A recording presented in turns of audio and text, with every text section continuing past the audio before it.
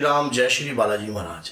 आज की जो वीडियो है, एक भक्त की ख्वाहिश थी कि इस पर एक वीडियो बन जाए। वीडियो का टॉपिक क्या है कि हनुमान चालीसा और सुंदरकांड के पाठ में से कौन सबसे ज्यादा शक्तिशाली पाठ है और किसे हमें प्रतिदिन करना चाहिए, और इन पाठों से सबसे ज्यादा हमारी मनोकामना, हमारी इच्छा और हमारे हर कार्य शीघ्रता से, दोनों में से कौन से पाठ से शीघ्रता से पूर्ण हो सकती है।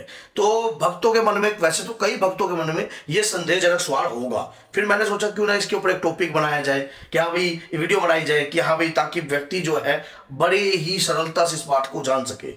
देखिए, अगर दोनों की तुलना की जाए तो ये अलग बात है। जिस प्रकार से सालासर बालाजी और मेहंदीपुर बालाजी, अगर आप सोचो कि इनकी अलग अलग महत्वता जो है आपको दिखाई गई है कि वो सेठ के रूप में, लेकिन सेठ तो दोनों ही हैं, शक्ति तो दोनों ही है, लेकिन एक बाल स्वरूप में है, एक बड़प्पन में है। तो आपने देखा होगा उनकी दाढ़ी है और वो बाल स्वरूप में है। इसी प्रकार से क्या होता है कि जो हनुमान चालीसा और सुंदरकांड, पहले पाठ की महत्वता को समझ लीजिए।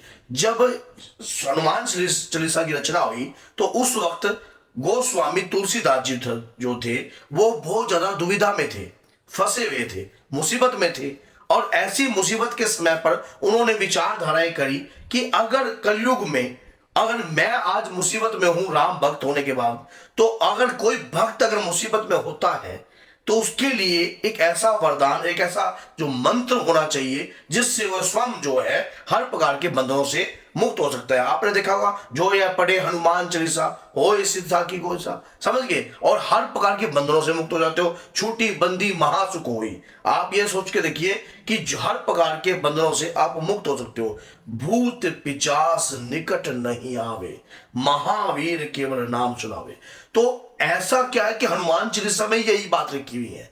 अगर आप सुंदरकांड में आप ये बात सुनोगे तो उसमें ये नहीं है, उसमें ये बात का वर्णन नहीं है। उसमें वर्णन क्या है कि हनुमान जी माता जानकी की खोज में निकल चुके हैं। समुद्र सुंदर नामक एक पर्वत था जिस पर हनुमान जी जो है उतरे थे। वहां पर उतरे तो वहां की जो सुंदरता थी उन पर्वतों की, और उसके बाद उन्होंने जब माता से भेंट करी, पहली बार जब भेंट करी, जो सुख का अनुभव हनुमान जी को प्राप्त हुआ, जो सुख और आनंद जो हनुमान जी को मां का रूप देखकर प्राप्त हुआ, तो उस सुख के बारे में जब कोई भक्त चर्चा करता है तो हनुमान जी को अत्यंत आनंद आता है। तो इसी प्रकार से हनुमान चालीसा और सुंदरकांड की तुलना जो है एक बराबर नहीं हो सकती, क्योंकि उनकी महत्वता अलग है और इसकी महत्वता अलग है। ये एक दिव्य मंत्र है। जैसे कि हनुमान चालीसा हमें प्रतिदिन अपने दैनिक जीवन में जरूर जाप करना चाहिए। तो प्रतिदिन अगर आप दैनिक जीवन के लिए अगर हनुमान चालीसा का महत्व जानो तो प्रतिदिन हनुमान चालीसा का महत्व जो है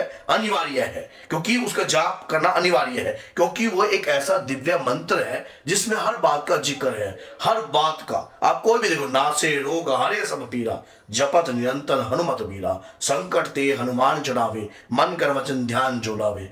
समझ गए, बल बुद्धि विद्या दो मई, हरू कलेश विकार। मतलब एक एक चुपाई जो 40 दोए है ना, बड़े महत्वतापूर्ण है। ये 40 दोए गोस्वामी तुलसीदास जी मुसीबत में थे, और मुसीबत में आदमी जब होता है तब अपने इष्ट को, आराध्य को याद करता है।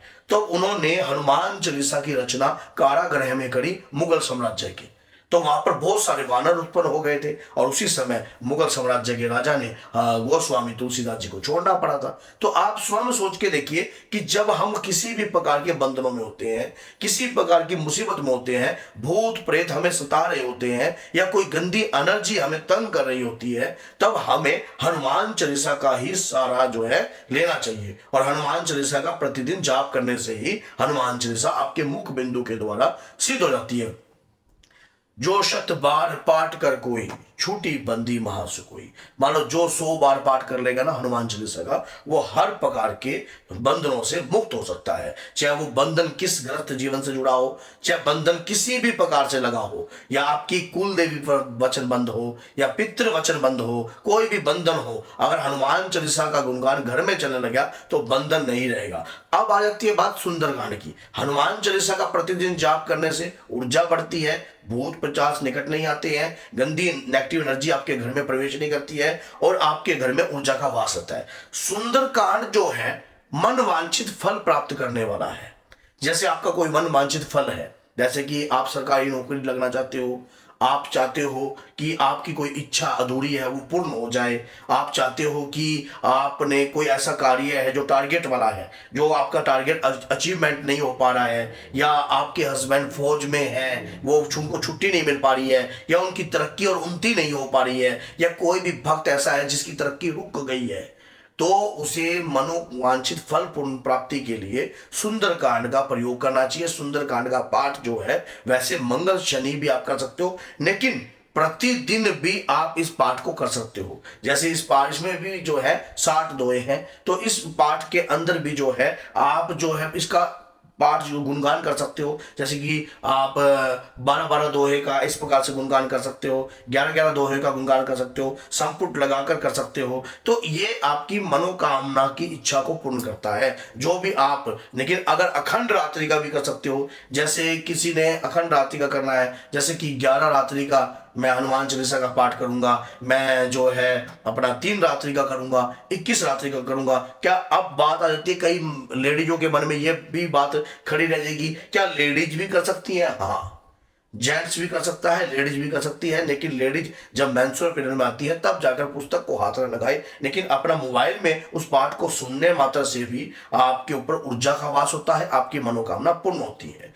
लेकिन ये सोचने की ऊपर बात है, सारी नजरिया आपका है कि दोनों में से कौन शक्तिशाली है। देखो, हमारे हाथ की ये 5 उंगलियां हैं, अगर हम देखा जाए तो कम से कम ज्यादा प्रयोग में इस उंगली को लेते हैं, इस उंगली को लेते हैं। लेकिन अगर ये 2 उंगलियां ना रहे तो क्या हाथ अच्छा लगेगा? तो इसी प्रकार से क्या होता है कि हर चीज की महत्वता अपनी अपनी जगह है, हर चीज की जरूरत अपनी अपनी जगह है। अब लेकिन हमें यह पता होना चाहिए कि जैसे अंगूठा है, अगर अंगूठा नहीं है तो आपका पहचान पत्र बेकार है, क्योंकि इसके अंदर जो चक्कर होते हैं वो हर व्यक्ति के सेम नहीं होते, सबसे अलग अलग होते हैं। इसी प्रकार से सुंदरकांड जो है अपना फल देता है, हनुमान चालीसा अपना फल देता है, बजरंग बाण अपना फल देता है, हनुमान नाष्टक अपना फल देता है, और हनुमान बाहुक अपना फल देता है। लेकिन क्योंकि इन पाठ की अगर रचना हुई है तो कुछ ना कुछ महत्वता थी, या कुछ ना कुछ ऐसी बात थी जब जाकर इनकी रचना हुई। अब कई भक्त जैसे हनुमान चालीसा का संकल्प लेते हैं कि मैं 100 हनुमान चालीसा के पाठ जो है